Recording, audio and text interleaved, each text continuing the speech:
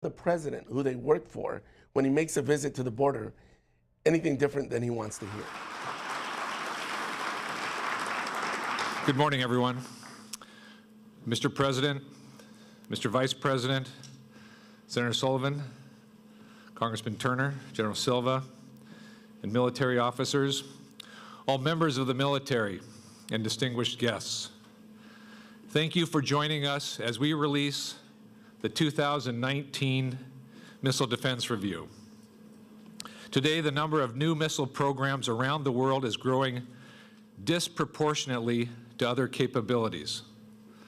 Writ large, the rest of the world is not developing new fighter and bomber aircraft. They are developing missiles. The sheer proliferation of offensive missile capabilities, more than 20 nation states today in 2019, makes this review timely and essential.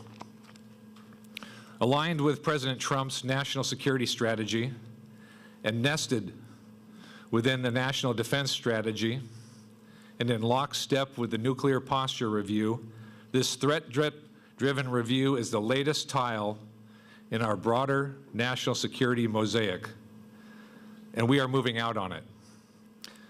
America's competitors, including China and Russia, are increasing their existing missile system capabilities, adding new and sophisticated missiles to their arsenals, including hypersonic missiles and advanced cruise missiles, and integrating these more effectively into their political intimidation, anti-access, area denial efforts, and war planning.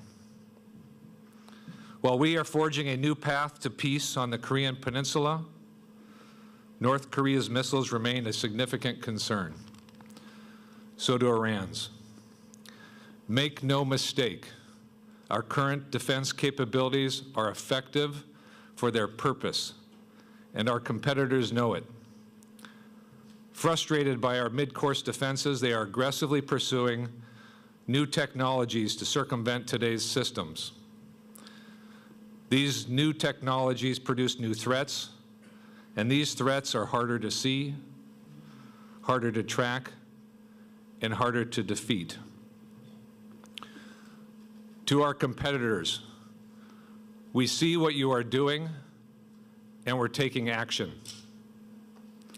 The Missile Defense Review calls for necessary investment to maintain our ground and sea-based missile defenses. From more interceptors to new kill vehicles, to improved coverage of priority regions like the Indo-Pacific. At the same time, we are focused on new capabilities for new threats. This includes hypersonics, space-based sensors, and directed energy for boost phase missile intercept. It includes a policy shift towards greater integration of offensive and defensive capabilities, because missile defense necessarily includes missile offense. For decades, the U.S. led the world in hypersonics research and deliberately chose not to weaponize these systems. China and Russia have chosen differently. Our nation does not seek adversaries, but we will not ignore them either. We refuse to be bound by geography. Our new space-based sensor layer will give us persistent, timely, global awareness. These capabilities will remove adversaries' ability to coerce us or our allies and partners. Congress has wisely mandated just such a capability. Rest assured you will see this priority reflected in our upcoming budget request. We are not interested in keeping pace with the emerging threats. We want to outpace them. This requires not just defensive weapons, but a host of enabling technologies that will allow us to integrate missile defense mission across our department. Mr. President, we are ready for this task. This is the Department of Get Stuff Done. From the Missile Defense Agency to the Space Force and across the Joint Force, We're all a part of the missile defense mission now. We will work hand in hand with our industrial base, national labs, and academia. We will work with our allies and partners from Asia to the Middle East to Europe to broaden the shield. From Japanese co-development of a new interceptor to our work with NATO to counter shared missile threats. Like us, our allies and partners have recognized the threat. With us, they have and will share the burden of answering it. In a time of great power competition, we will uphold our solemn duty, just as we've done in the past. We will defend the homeland, our deployed forces, and our allies and partners. We will deter potential adversaries and create the diplomatic space to solve complicated problems. I'll close with President Kennedy's words from 1962. The greatest danger of all would be to do nothing. Today's capabilities are dramatically different, but the logic remains the same. That's why President Trump has made missile defense a top national security priority. Directing this review in the first week of his administration, along with Vice President Pence, he has elevated this issue across our government, with our allies, but most of all, in the eyes of the American people. President Trump and Congress have given DoD the necessary authorities, resources, and support to meet these challenges. And this department will not let him or the American people down. Now it is my privilege to introduce Vice President Pence.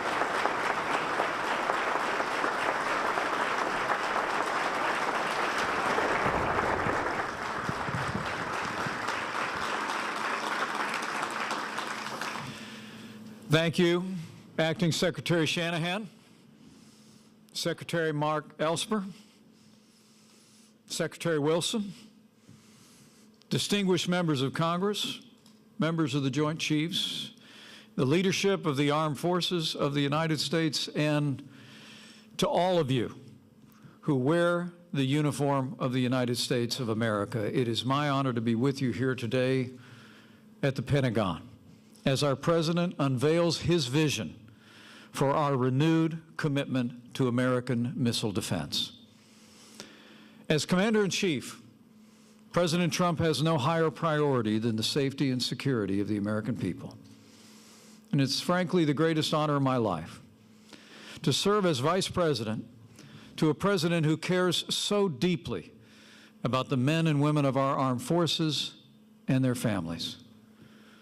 Today, along with all of you, our hearts and our prayers are with the families of the fallen American heroes who were lost in Syria yesterday, as well as those service members who were wounded. We honor their service, and we will honor the memory of the fallen.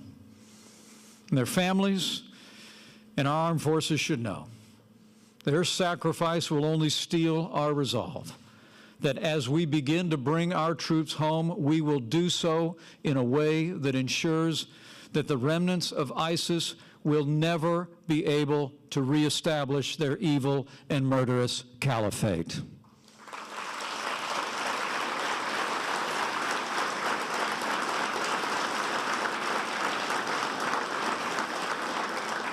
It's in that same spirit of resolve that we gather here today. Since day one of this administration, President Trump has taken decisive action to make the strongest military in the history of the world stronger still. Working with members of Congress in both parties, we're rebuilding our military, restoring the arsenal of democracy. And last year, President Trump signed the largest investment in our national defense since the days of Ronald Reagan, including the largest military pay raise in nearly a decade.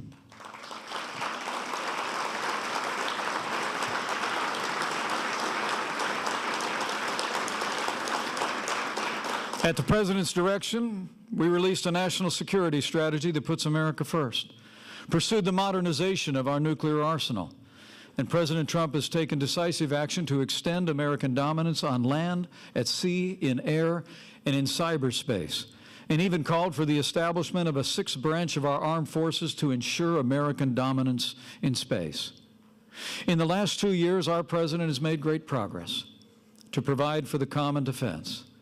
And today, by unveiling our new strategy for missile defense, President Trump will take another critical step to ensure the safety and security of the American people and our very way of life. This President knows that the American people believe that America first begins with peace through strength. So now it is my high honor and distinct privilege to introduce your Commander-in-Chief, the 45th President of the United States of America, President Donald Trump.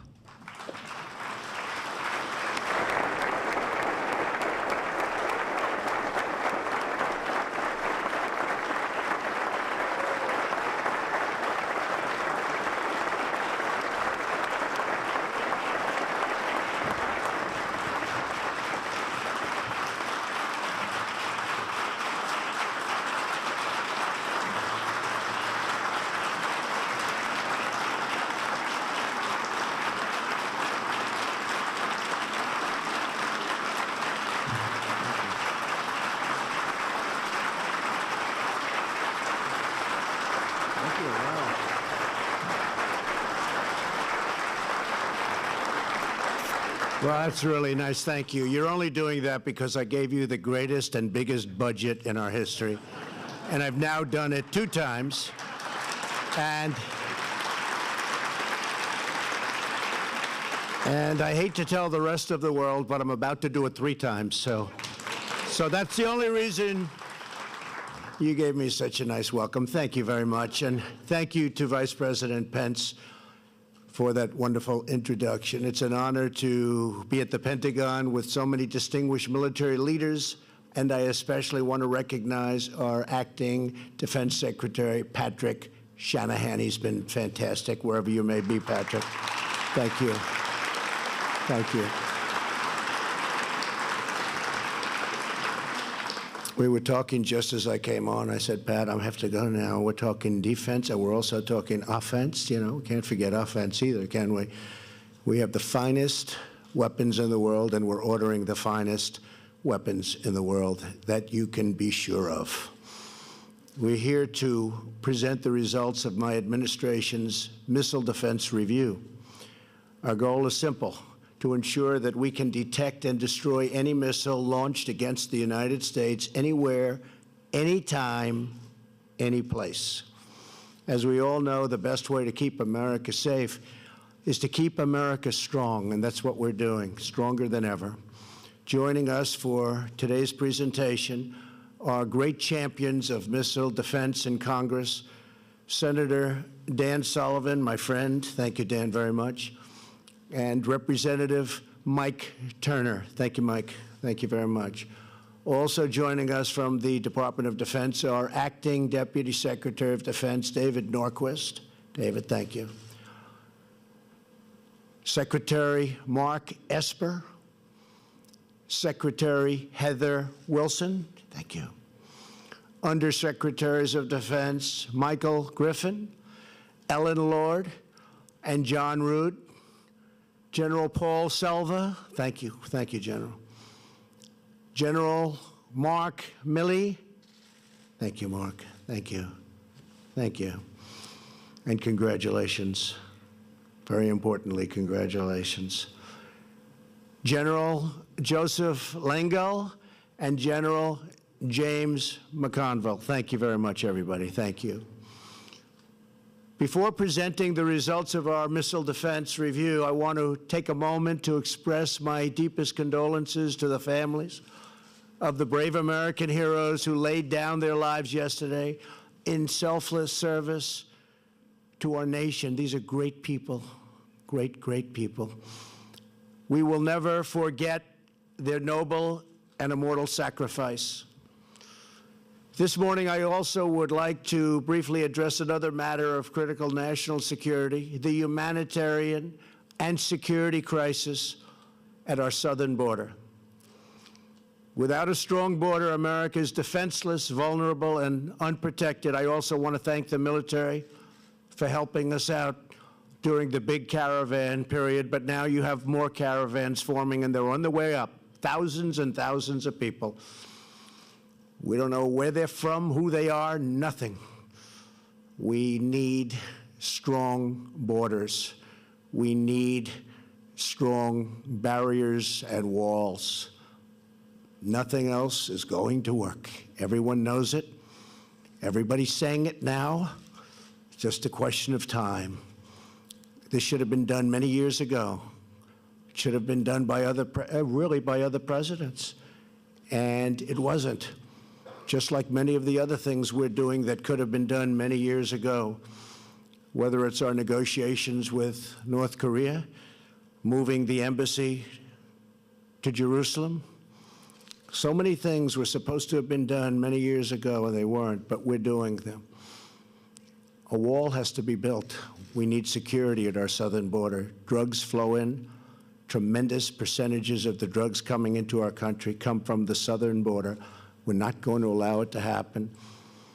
And that is why our Homeland Security professionals have asked Congress for a steel barrier between the ports of entry to fund more agents, beds, medical supplies, and technology, and to close the ridiculous and dangerous immigration loopholes that no country in the world has but us. The federal government remains shut down because congressional Democrats refuse to approve border security. We're going to have border security. It's going to be tight. It's going to be strong.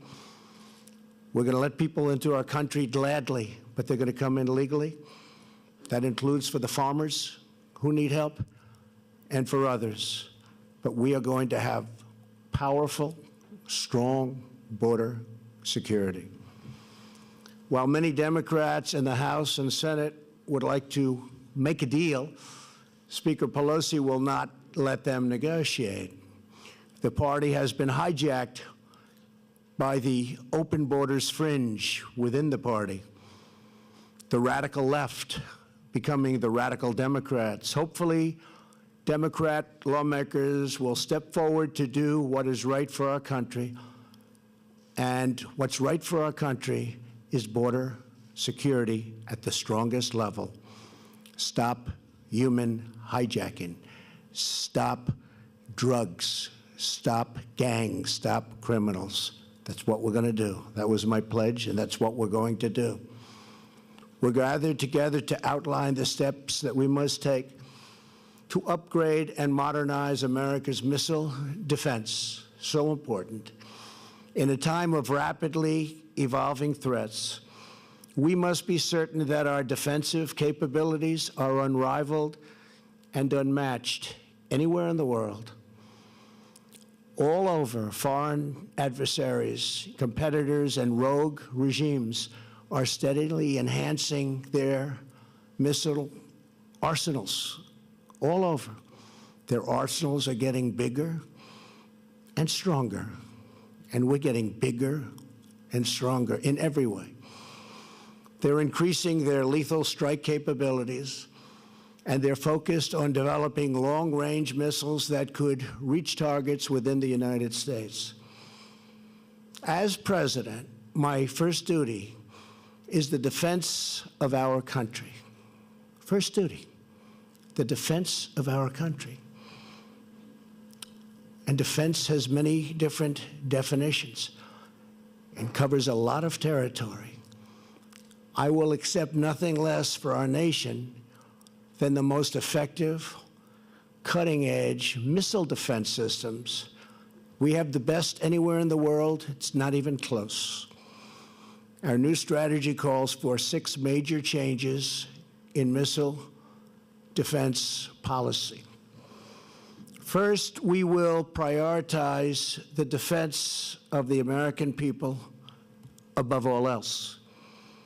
Our review calls for 20 new ground-based interceptors at Fort Greely, Alaska, and new radars and sensors to immediately detect foreign missiles launched against our great nation. We are committed to establishing a missile defense program that can shield every city in the United States, and we will never negotiate away our right to do this. Second, we will focus on developing new technology, not just investing more money into existing systems. The world is changing, and we're going to change much faster than the rest of the world.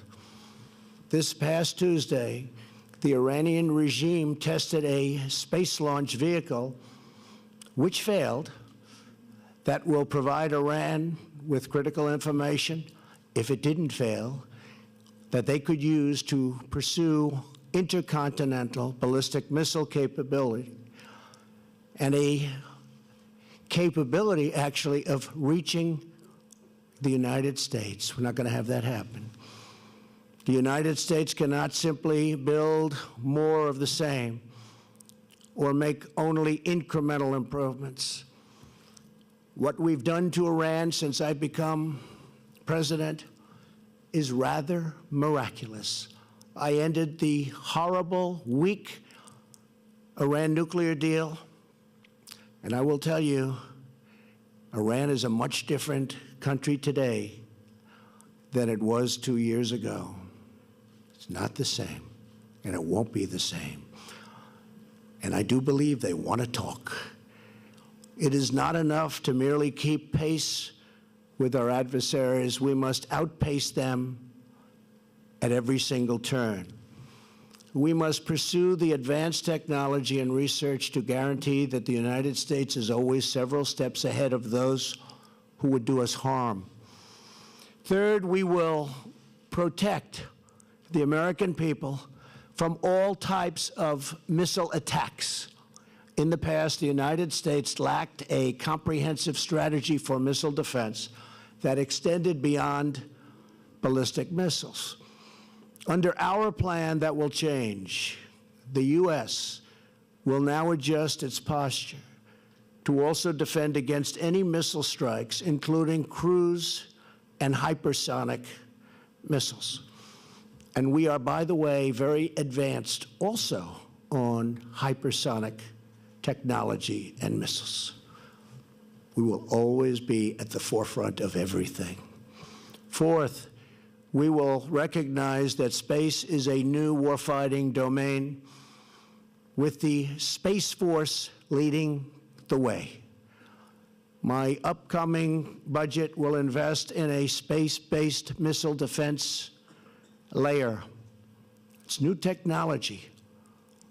It's ultimately going to be a very, very big part of our defense and obviously of our offense. The system will be monitored, and we will terminate any missile launches from hostile powers or even from powers that make a mistake. It won't happen, regardless of the missile type or geographic origins of the attack. We will ensure that enemy missiles find no sanctuary on Earth or in the skies above. This is the direction that I'm heading. We have some very bad players out there, and we're a good player, but we can be far worse than anybody if need be. I've always known, and I've watched and I've seen, the stronger you are, the less you will need whatever that strength may be. Fifth, we will remove bureaucratic obstacles to dramatically speed up the acquisition and deployment of the new technology. And sixth, we will insist on fair burden sharing with our allies. I've made it clear we are protecting many, many wealthy, wealthy, wealthy countries. One country, they said, has an unsustainable cash flow. In other words, they make so much money, they don't know what to do with it. I said, send it our way. We're protecting you. Send it our way. We protect all of these wealthy countries, which I'm very honored to do. But many of them are so wealthy, they can easily pay us the cost of this protection. So you'll see big changes taking place. And we've had great talks with countries, friendly talks. One of them said, Mr. President, yes, we will work with you. But for 30 years, nobody's ever asked. I said, now we're asking. Took a long time. I said, now we're asking. And that allows us to spend much more money than these incredible budgets where it's just money going out and not coming back. So wealthy, wealthy countries that we're protecting are all under notice and all cooperating very nicely. I would say they probably liked other presidents more than me, but that's okay. I don't blame them. I would too. There was a recent poll in Europe. The original poll, when I first ran, I was one of the most popular people in the world. And now they said he's not popular in Europe. I shouldn't be, because I'm asking them to step up. You have countries paying less than 1% in NATO. Last year, I raised $44 billion more by saying, I'm sorry, you have to step up. The year before that, my first year, so I was just getting started, I raised $24 billion with one meeting. And until that, it was just going down. It was going down. For 15 years, it was just going down. The numbers going into NATO. And this year we'll also have a good year. They're starting to step up. Very unfair when Germany pays 1% and we're paying 4.3% of a much larger GDP. We cannot be the fools for others. We cannot be. We don't want to be called that. And I will tell you, for many years, behind your backs, that's what they were saying. So there's a big difference. We're going to be with NATO 100%, but as I told the countries, you have to step up. You have to pay minimum numbers, actually. The numbers should be much higher. They set a 2% goal. Very few pay that, but they should be much higher than that. If you look at what we pay, it's massively higher than that. So we have very good relationships, but countries are now stepping up, and they can well afford to. In furtherance of this goal, our plan directs the Department of Defense to prioritize the sale of American missile defense and technology to our allies and to our partners. We want them to be able to defend. And they're willing to pay for the finest missiles in the world. They've already done that. They're stepping up like nobody's ever seen before, actually. We will also leverage our network of partnerships to share early warning and tracking information and detect missile launches as early as possible. Today marks the beginning of a new era in our missile defense program. For too long, we have been held back by self-imposed limits while foreign competitors grow and they advance more than we have over the years. Part of the reason is we spend so much money on so many other places. Now that's changing. We're helping, and we're able to spend money on technology and new defense and far beyond defense systems. So those days are history. Our strategy is grounded in one overriding objective: to detect and destroy every type of missile attack against any American target, whether before or after launch. When it comes to defending America, we will not take any chances.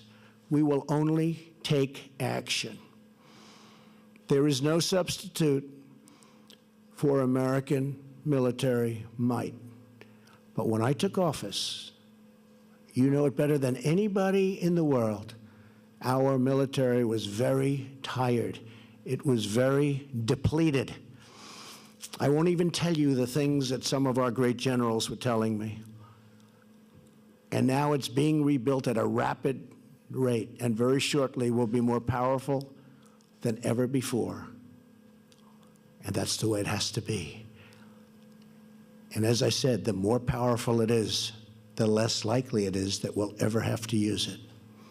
But it will soon be more powerful than ever before.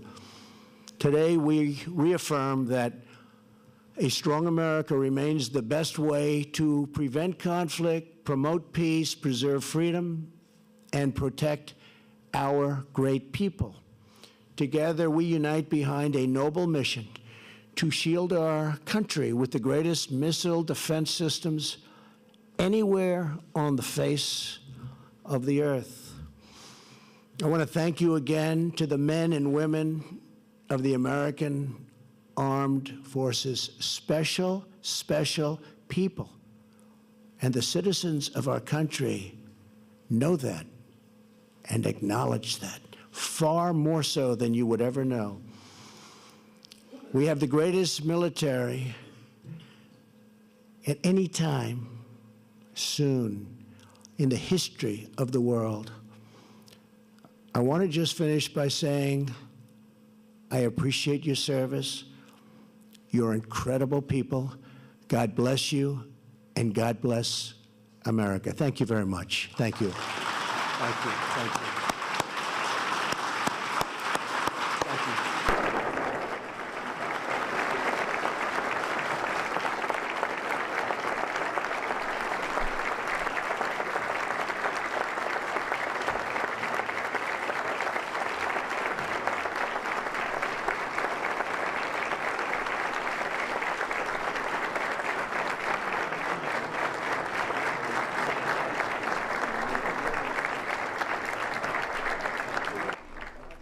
During his speech, President Trump said that Democrats are refusing to negotiate on the border wall and government shutdown because the party has been taken over by a fringe element.